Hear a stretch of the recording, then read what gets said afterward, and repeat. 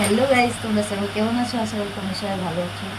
তো আমার স্নান পূজা আর নাস্তা হয়ে গেছে। তো এখন এই যে চুল চিকনা করছি, রেডি হয়ে একটু মার্কেটে যাব। আর যা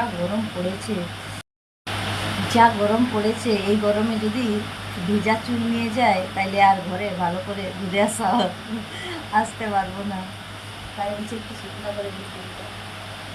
তোমাদের অফিসে কেমন গরম পড়েছে? এত গরমে মার্কেট যেতে তো ইচ্ছা করে না, কিন্তু কি করব, বাবা মা গেছে বাইরে, আর হাজব্যান্ড গেছে ডিউটি, আর ছেলে গেছে স্কুলে। তাই যত টুকিটাকি কাজ নিজেকেই সেরে নিতে হয়।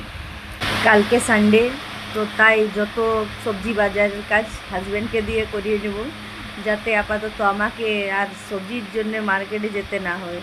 নাইলে এত গরমে আর সবজি টবজি এনে আর রান্না করতে পারবো না।